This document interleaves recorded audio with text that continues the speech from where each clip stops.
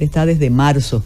Aquí estamos en miércoles santo con muchas informaciones, con la ratificación de la petición a la prudencia, a obtemperar las recomendaciones de las autoridades, algo que nos sabemos de memoria: si maneja, si conduces, no consumas alcohol, respeta las señales de tránsito, con la percepción o la sensación del incumplimiento. Pero tenemos miles de jóvenes en nuestras calles cuya misión es protegernos.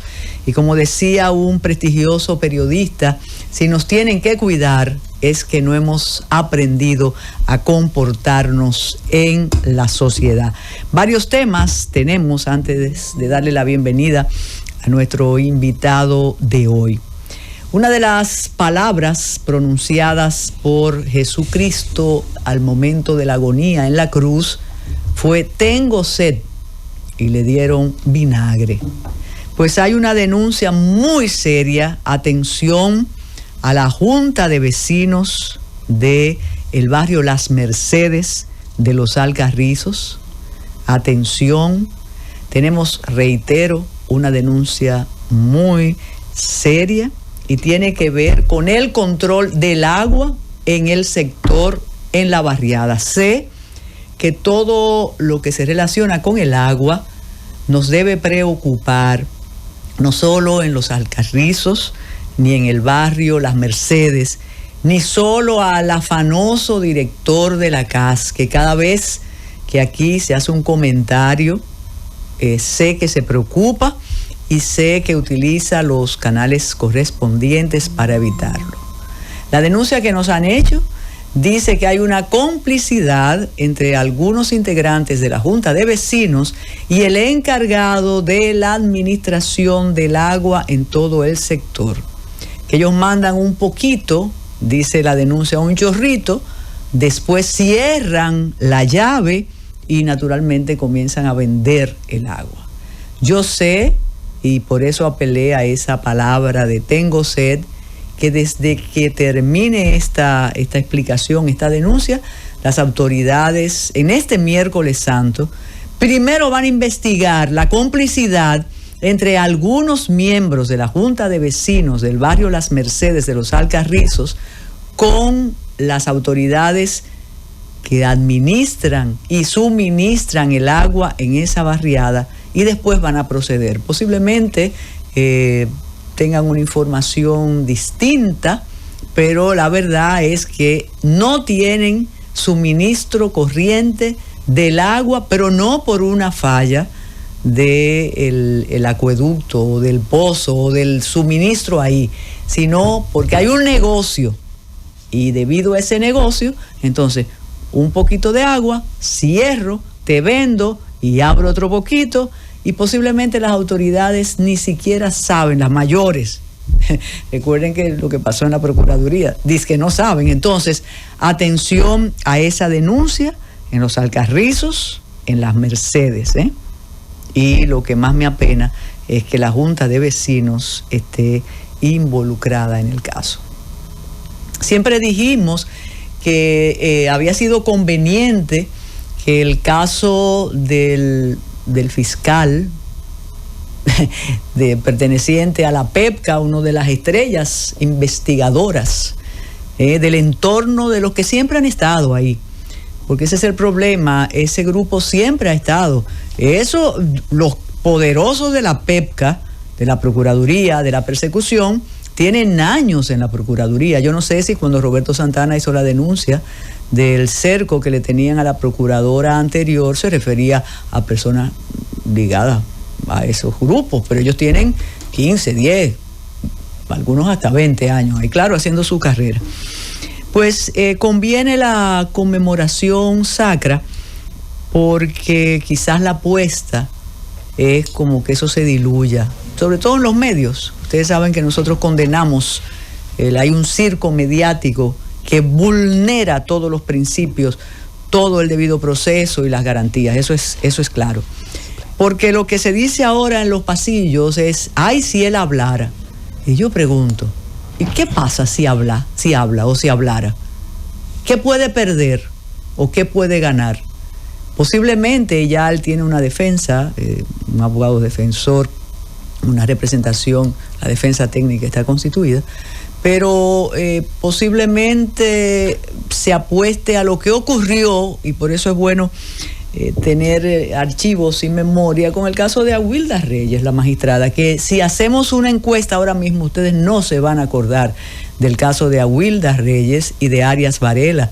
Eso fue un caso que supuestamente nos escandalizó y nos estremeció, sobre todo a los éticos peléticos de este país, pelín-pimpléticos, que de alguna manera son cómplices de todo lo que se apaña, de todo lo que se olvida y se omite. ¿Ustedes saben lo que pasó en ese caso? Sencillamente prescribió, se extinguió, porque no se podía ahondar más. Porque ustedes creen que es una manzanita que se dañó. Bueno, entonces vamos a esperar que sigan los rumores y vuelve el asunto. Ay, si hablara, y repito, ¿y si habla qué? ¿Qué es lo peor que puede pasar si habla? Señores, esto involucra al caso, como dijo Camacho, el caso más repugnante. No, él usa siempre ese calificativo, pero él lo dijo cuando Senasa, que no ha aparecido la otra vuelta, magistrado, quizás por esas negociaciones que se hacen y esa propina que se deja. Ay, si hablaran, ay, si hablaran. De modo que así comenzamos Esperando el Gobierno. Y a propósito de otro récord, seguimos rompiendo récords. Nosotros somos, campopista, sí. El 30 de marzo, que teníamos programada la visita del historiador Welner Félix aquí para hablar de la batalla, con sus mitos y realidades, pero una batalla que marcó o ratificó la voluntad, conforme algunos historiadores, de independencia, que fue manifestada el 27 de febrero de 1844, se decidió por austeridad, no es como, no, que di que a restringir los combustibles. Sí, Welner, usted no es profesor. Sí. Usted tiene que, uno hace eso. Entonces, sí. Se decidió por austeridad suspender los actos en Santiago y tuvieron que desmontar las tarimas que habían instalado, tuvieron que devolverse todos los militares que ya estaban ahí, pero la ficción funciona. Señores, la ficción ha funcionado desde antes del 16 de agosto del 2020. Yo no sé qué fue lo que ahorraron, definitivamente, porque ya estaba montada la tarima, ya se habían trasladado los militares y volvieron para acá. También se suspendió una sesión plenaria del Senado de la República que se tenía por austeridad. En parte por austeridad, claro que sí. Para no encender los acondicionadores de aire ni prender los bombillos. Bueno, es una línea también gubernamental y hay que asociarse de vez en cuando. Claro, claro. El primer poder del Estado asociado al Poder Ejecutivo. Sí. Hoy... Use la interrupción para no, usted con Tertulio, hoy decíamos que queríamos ver exactamente las medidas concretas. Sí. Eso se necesita. Claro, el presidente siempre actuando como el buen padre de familia del derecho romano, en estos días no nos va a mortificar, e incluso él llegó a decirnos, después de la reunión de ayer, que había acordado con los comerciantes a que no subieran los precios. Eso va a ser único también. Pero a propósito, reitero, de la suspensión de las actividades conmemorativas de la batalla de Santiago, siempre pertinente, el historiador de Santiago por excelencia, Edwin Espinal, manifestó de una manera muy osada su disgusto con esta suspensión. Pero teníamos la cita a don Welner, pero él tenía trabajos históricos en otros lugares, o de historia, creo que tenía una conferencia ese mismo día en Cotuí. Sí. En Miches. En Miches. Sí, en la zona de Miches, sí, claro que sí. Entonces hoy Miches es el Ceibo. Exacto. Así es. Sí, muchas personas creen que Miches es como aparte, como que es como decimos de Punta Cana, Ajá. que no pertenece a nadie, y ahora con el boom de Miches, pero Miches es el Ceibo. El Ceibo. Es el Ceibo. Así es. Hermoso está, por cierto, muy buen ánimo y un buen empuje turístico. Claro. Allí es muy bonito, está muy bien. Eso es hermoso. Lo único que deberían de acondicionar un poco la carretera del Ceibo Miches, muy peligrosa. No y entiendo muy delicada. por qué, Werner, y por qué no han, porque eso creía yo que estaba previsto para todo el desarrollo. Como Porque parte del desarrollo de la zona, pero no. y no. de noche es terrible. Bueno, no tienen Nada. señalización. Es muy muy delicada, muy peligrosa. Y algo pendientes. que puede ser muy personal, pero también uno se asusta, no solo por las condiciones que tiene la carretera, sino porque tú sientes eso tan solitario y no ves ninguna vigilancia. Sí, nada. No hay nada. No, usted no ve más que los vehículos y 2 o 3 personas en el camino. Y algunos camioncitos también, Así, que claro, eso asusta. claro. Pues déjeme decirle que aunque no conozco exactamente las declaraciones de Edwin Espinal, me sumo a esa queja, porque creo que las efemérides patrias son siempre necesarias. Eso. Son fundamentales también para esa, ¿verdad?, esa continuidad en el sentir nacional. Por ahí fue. Si ya no hay, no se gasta tanto, porque en combustible no creo. La logística de los militares siempre estará. Se realmente se privara a Santiago de la celebración de su efeméride, pienso que no es lo más ideal.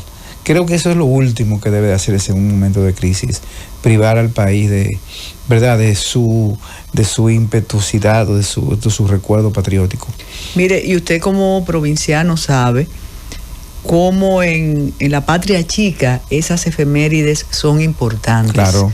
Por ejemplo, igual que las patronales, Sí. si tú me dices Puerto Plata, la festividad de San Felipe, la conmemoración que tiene que ver con su amigo Gregorio Luperón, Sí, por claro, ejemplo, eso claro. importa e identifica generaciones.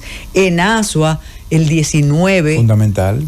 y ahí se unen las Y generaciones. se celebró en Asua. Exacto. O sea, y había crisis ya. Y para los santiagueros de antes y de ahora, Sí. ellos viven su batalla. Sí. Fíjese que la cantidad de calles, de lugares, de monumentos que hay con el nombre, designados como 30 de marzo en Santiago. Claro, mire, yo le diré una reflexión que decía Pierre Vilar y que también nos la recordaba mucho nuestro maestro Rudolf Wickmer Seckhauser, el profesor nuestro de posgrado aquí.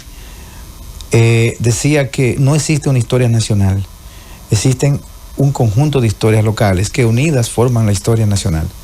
O sea, no podemos hablar de una historia sin hablar de los acontecimientos que ocurrieron en cada pueblo y que forman la identidad. No podemos hablar de la batalla del 19 de marzo si no hablamos del encuentro de la Fuente del Rodeo o de la Cabeza de las Marías. No podemos hablar de independencia si no hablamos de estos encuentros muy locales, ¿verdad? Y que sin embargo no se celebran, no se recuerdan, pero sí en lo local. O sea, en Neiva, por ejemplo, los muchachos de las escuelas lo transportan hacia ese lugar. Allí hacen sus trabajos, ¿verdad?, sus exploraciones, sus discusiones, sus conferencias. Se hace acto de presencia la comandancia militar que está en Barahona, ¿verdad? Y va hasta allí, y Neiva, lo de Neiva, lo de la frontera. Eso no trasciende, pero a nivel local tiene un significado. Y eso es lo que complementa esa identidad patriótica. Esos elementos localistas particulares forman entonces el todo nacional.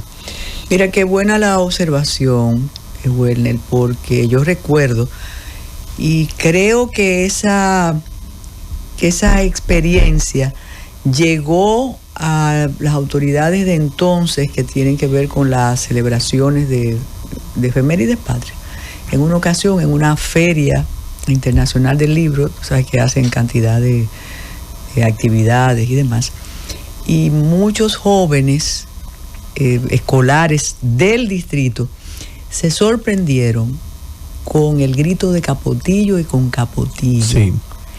Y yo dije, caramba, mira qué interesante, y viene como anillo al dedo lo que usted está planteando, porque era como un pabellón de historia y estaban exponiendo láminas, y ahí se enteraron ellos y esas niñas que ahí podía iniciarse la conmemoración de todo lo alusivo a la restauración. Sí, en Capotillo.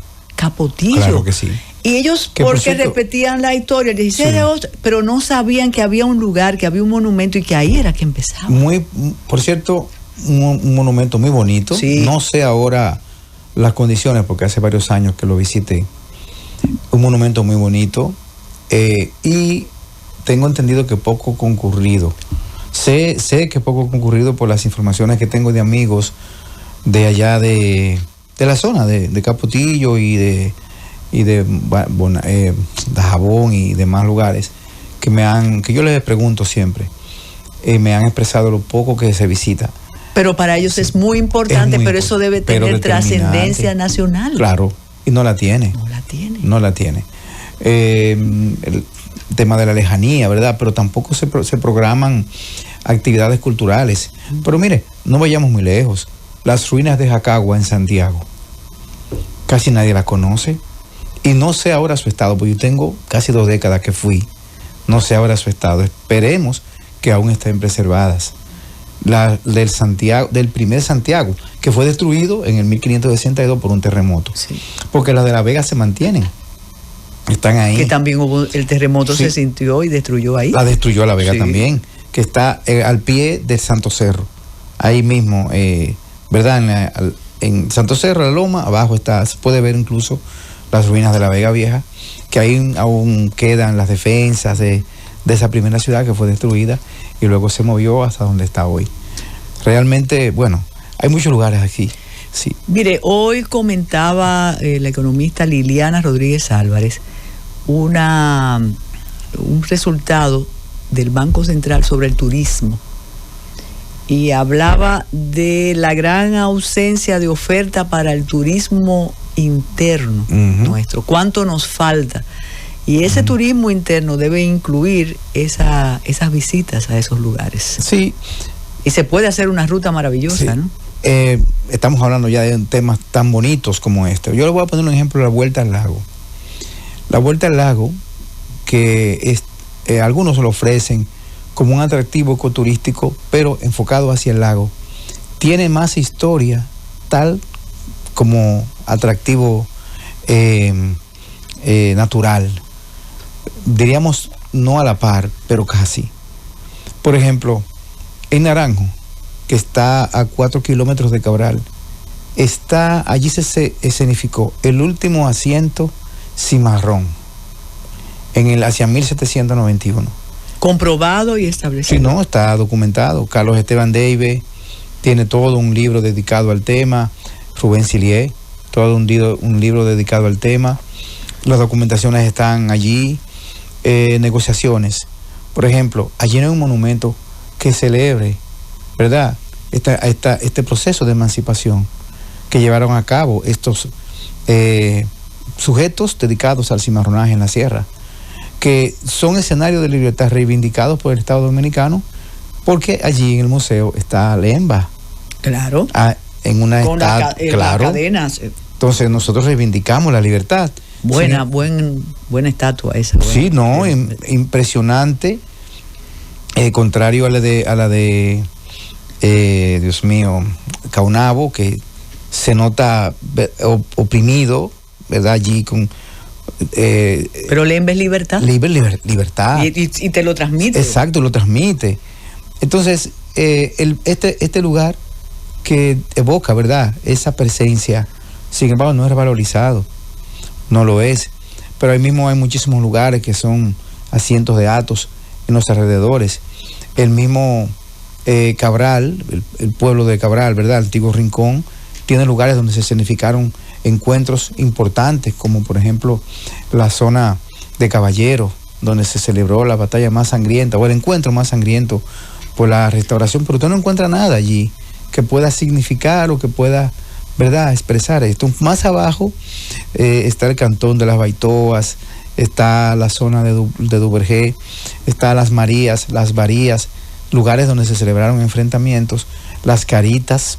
Claro. Las Caritas que ¿verdad? De los indígenas. O sea, hay de todo. Sin embargo, no hay no se reivindica este proceso. Mira, y los cabraleños son muy orgullosos de su pertenencia. Sí, sí. Jóvenes y viejos. Yo recuerdo Flavia García, siempre tan querida, en un encuentro que tuvo con una persona de esa región muy jovencita, que posiblemente sea pariente suya, Emily Feli, y ella identificó cómo y por qué ella era de esa zona de Cabral. De Cabral. Y eso es, por eso decimos que se queda en lo pequeño, claro, y no lo extendemos. Cuando hablaba de mitos, y a mí a veces me mortifica, y lo he conversado con usted, que poco a poco serán los influencers los que van a escribir la historia nuestra. Al final. Sí, la van a escribir. Ellos tendrán sus deidades, sus héroes, heroínas, y nos podemos imaginar quiénes podrían ser. Pero hay muchos que desacreditan la batalla de Santiago. Sí, es frecuente. Exacto. Y poco a poco, si comienzan a contar, y fíjese que usted dijo batalla y después corrigió y dijo enfrentamiento. No, lo que pasa es que son varios momentos. En Santiago sí hubo una batalla y en Asua. Se enfrentaron dos ejércitos con regimientos. Tienen ambos las características. Los demás, tanto la de Fuente del Rodeo, fueron enfrentamientos. Entonces, escaramuzas y demás. Si se contaron las bajas de un lado y no había de otra, pero también hay cruce de información. Sí. Porque uno busca distintos textos históricos y si los cotejas, te va a dar un resultado más o menos en el centro. ¿Qué usted piensa de esa batalla? Mire, lo primero que se pierde en la guerra es la verdad. Y eso ha sido una constante en la historia de la humanidad. Cada bando cuenta cómo ocurrieron las cosas a su manera.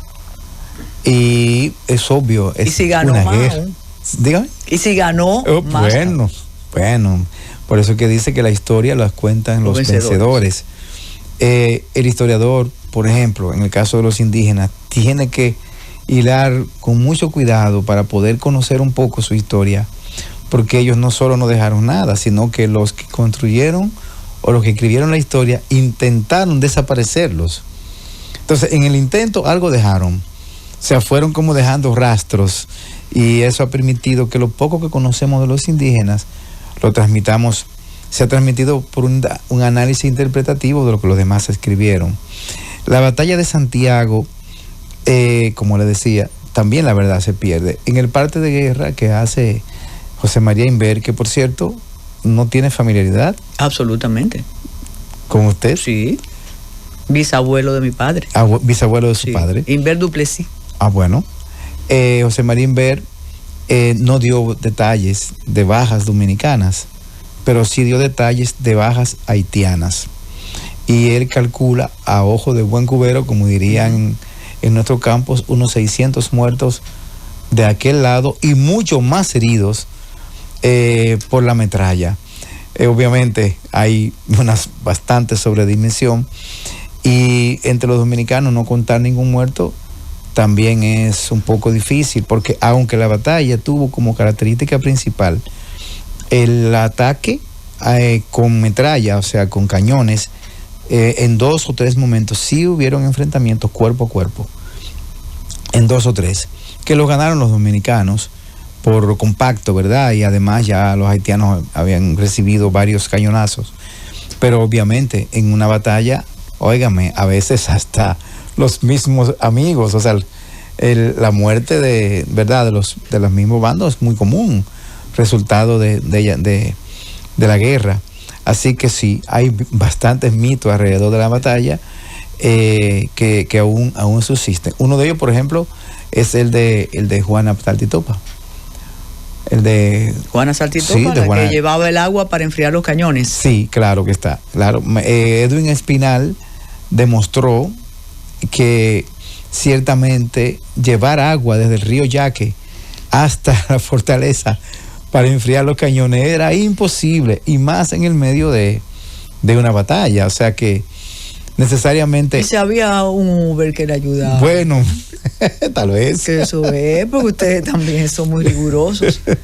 Es que es un tema bastante particular, porque ahora, romper ese mito, porque suena más lindo y bajar con una tinaja, no sé qué, en la cabeza, subir, suena más lindo, mantenerlo, pero realmente no fue así. ¿Qué habrá sucedido? Bueno, para esto, o ¿verdad? Una carreta podría ser, en serio. Bueno, no, es que era por laderas a pie subiendo. Era por lo que se considera, según las conclusiones de Edwin, es que había previamente un lugar, ¿verdad? Una especie de aljibe en donde sí desechaba el agua para esos fines y para otros fines. Y obviamente la preparación de la batalla de Santiago duró casi una semana. O sea, fue una semana preparando la defensa, en el que obviamente le dieron tiempo de poder ejecutar todos los procesos para llevar a cabo esa Hay un acción. detalle, una ratificación, independientemente del parte que usted menciona y que está en la historia, pero por ejemplo Fran Moya habla de las bajas haitianas e incluso de la tregua que pidió el comandante para retirar los cadáveres. Claro. Sí, y para sanar a los heridos. Incluso cuando viene el documento que yo le digo, la primera noticia falsa, diciendo que exacto, que había muerto el presidente, sí. Él dejó a muchos heridos en el camino, porque él se fue huyendo. Y muertos. Exacto, claro, entonces sí hubo muertos haitianos. No, pero claro, muertos sí, claro, pero la duda es la cantidad. 600 es una cantidad bastante considerable. No significa que no pudo haber sido posible, pero estamos hablando de cerca de un 25, un 28% del ejército, ¿verdad? Que vino con Jean-Louis Perriot, que fue calculado en entre 4.000 a 5.000 personas, no más, que salieron de Cabo Haitiano. Además, el propio Inver da la noticia de que el ejército se dividió en dos, un ala en 2.000 y otra 2.000. Es que sumados son 4.000. Pero obviamente él no se sentó a contarlos. Es como, ¿verdad?, una noticia posterior, tal vez a la vista. Hay que recordar que el parte fue inmediato. O sea, hay muchos mitos alrededor que para hoy saberlo es difícil. Sin embargo, el conteo de los miembros sí están. Las cantidades de regimientos que vinieron y que se calculan no pasan de 5.000. Lo trae en la noticia Tomás Madiu.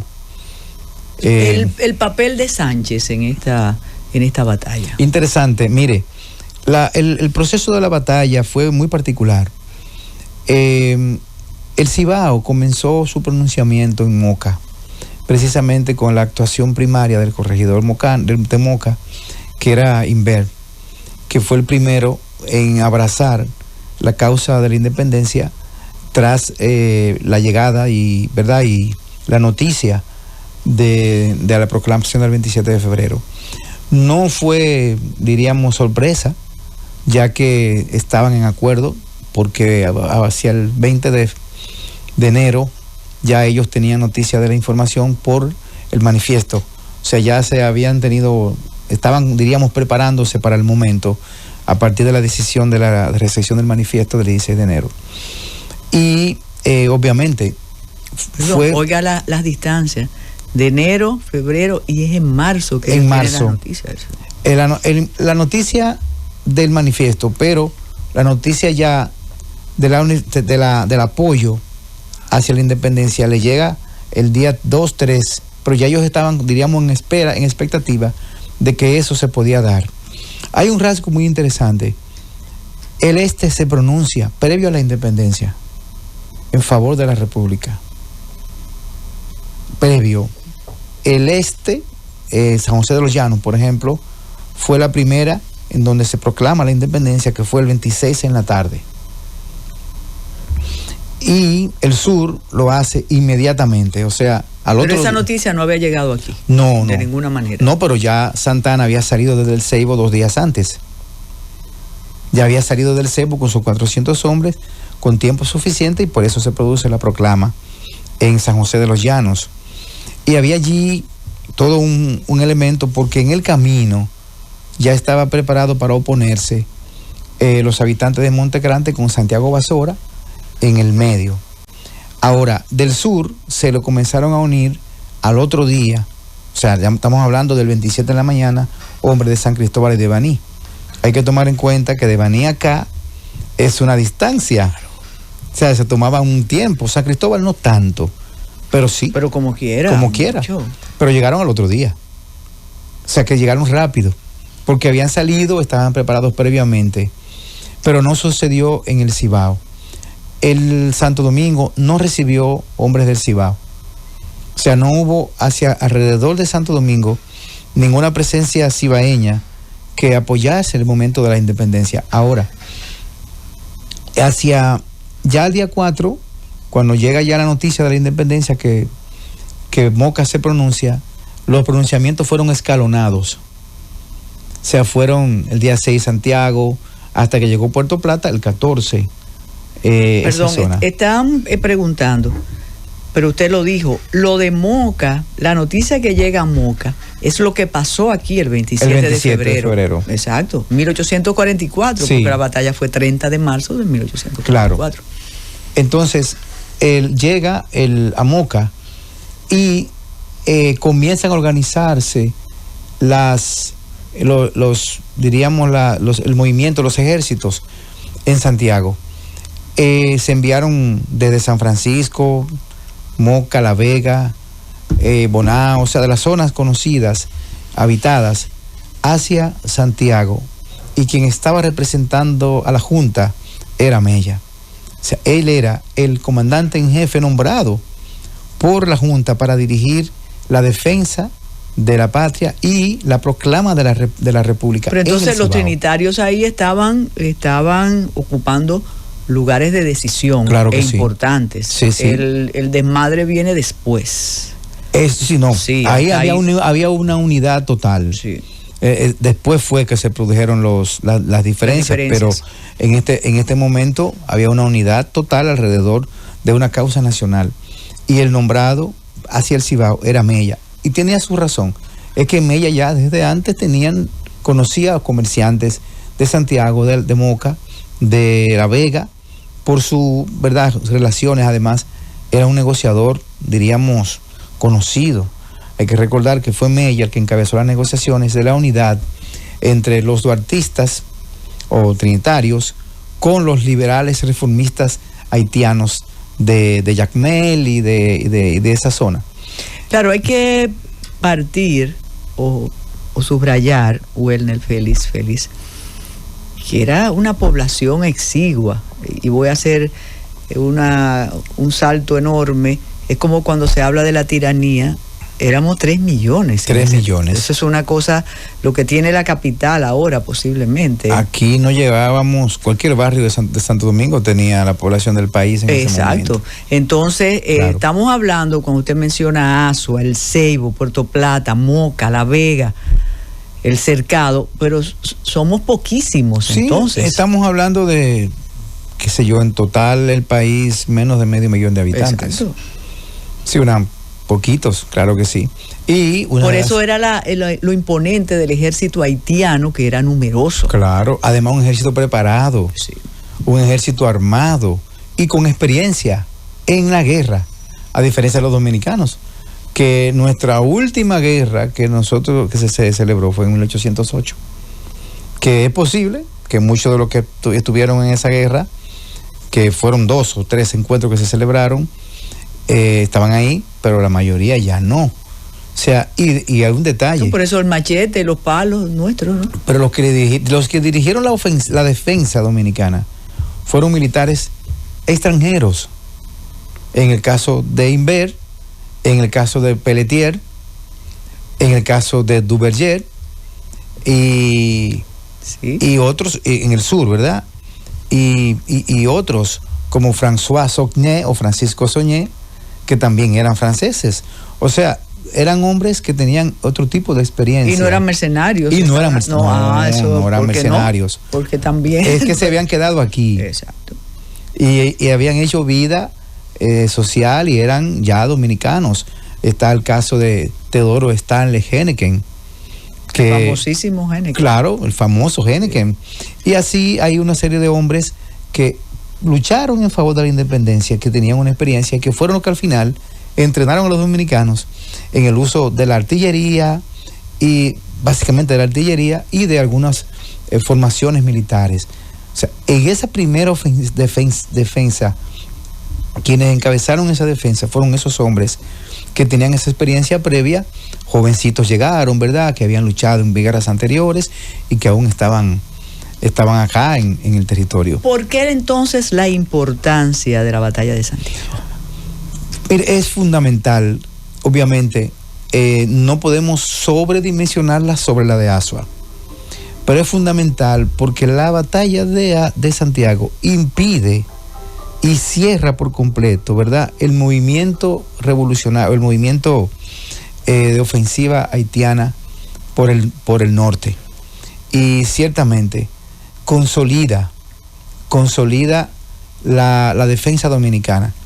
Vamos a decirlo de esta manera: con la batalla de Santiago ya los dominicanos nos convencimos de que podemos, que definitivamente. Por eso se dice la ratificación de la decisión del 27 de febrero. Exacto. La de Azua fue, diríamos, básica. La de Santiago fue determinante, porque la de Azua, usted sabe que hubo un repliegue y varios intentos. La de Santiago no. La de Santiago generó unidad, defensa, porque en Santiago concurrieron, claro, al igual que en Azua, pero en Santiago concurrieron todos los habitantes de la zona este de Santiago, porque la zona oeste y norte, caso de Puerto Plata, López de Villanueva, sí le bajó por la retaguardia, al igual que la gente de Mao y de Las Matas, que bajaron por el otro lado, para atacarlo por la retaguardia, que al final no lo pudieron hacer porque ellos se retiraron, pero que sí en el camino los atacaron. Esa es una pregunta, sí. Y mientras usted lo va explicando. Yo me lo imagino mientras para que usted vea cómo se va condicionando el cerebro. Claro. Interesante eso. Es que para saberlo tenemos que imaginarlo. Sí, me encanta, pero óigame, además estrategia militar. Cuando se retiran del campo de batalla o huye el general del campo de batalla rumbo a Haití, y sabiendo la deficiencia de las informaciones, de la comunicación o la inexistencia, ¿cómo lo ven? ¿Qué hace cuando él está recorriendo el territorio de Santiago hasta Azua? ¿Lo atacan? No, de Santiago hasta Azua, no, hasta Guárico, hasta Cahuaitiano. Entonces, todo ese recorrido, ¿qué pasaba con ellos? Pero es que la retirada se da en los primeros días de abril. En ese momento ya estaban los ejércitos que se formaron, los regimientos que se formaron en Puerto Plata, al mando de López de Villanueva, y de la zona de la sierra, estaban confluyendo hacia la batalla, hacia Santiago. Y en la retirada, él se fue con un salvoconducto de Inver, pero ese salvoconducto no lo conocían. Por eso no tenían el resultado. No tenía resultado. Por eso el ataque. Por eso constantemente Entonces iban teniendo pérdidas en el camino, claro. Lo dice en los partes, y el propio Madiu dice que en todo el camino entre Santiago, que se llamaba el despoblado de Santiago, hoy ya no es despoblado, pero en esa época era el despoblado de Santiago, en el camino, que por cierto era agreste, claro, y difícil de transitar, la gente prefería irse por la sierra para llegar a Mao, Santiago Rodríguez y la zona, que por lo que hoy es la línea, lo que hoy es seguir toda la ruta de Navarrete, ¿verdad?, hasta llegar a Villa Vázquez, esa zona, porque por lo agreste que era. El ejército dominicano los va atacando en los flancos, y todo el camino van dejando muertos y heridos, pertrechos militares. Se llegan muy disminuidos. Fue una debacle, claro, totalmente disminuido. Mientras tanto, ¿qué pasaba en Haití? ¿No se sabía de esta derrota? No, en Haití no se sabía de la derrota. En Haití lo que hacía era se estaba escenificando una guerra civil ya. Se había levantado en el sur Acaú, y en el norte esa es la razón por la cual Pierrot se regresa. Claro, y por eso tenía sentido decir que había fallecido el presidente. Necesariamente. Claro. El bulo fue dirigido a empujarlo a la diferencia en Haití. Los dominicanos sí sabían de esas situaciones en Haití, y de allí el bulo. Mire, lo dice Madiu, murió Charles Gerard, el presidente. Pues en Haití se están matando por la presidencia, tanto del norte como del sur. Estaba Caú, el propio Pierrot, que Pierrot al final, en ese mismo año, derroca a Charles Gerard, y él asume la presidencia. O sea, pocos meses después de la salida, de la retirada. ¿Por qué no deciden volver? Inmediatamente. Ajá. Por esa inestabilidad. Es que en ese momento todo Haití, mire, Haití estaba, para poder entenderlo bien, hay que ubicarse en el momento. Como ahora. Como ahora. Pero en ese momento, lo que estaba ocurriendo en Haití, los haitianos veían, Charles Gerard veía la parte del este como lo que estaba ocurriendo en Haití, rebeldía. O sea, en la visión del presidente, lo que estaba ocurriendo en Haití eran grupos que estaban en contra de él, igual que ocurría en la parte del este.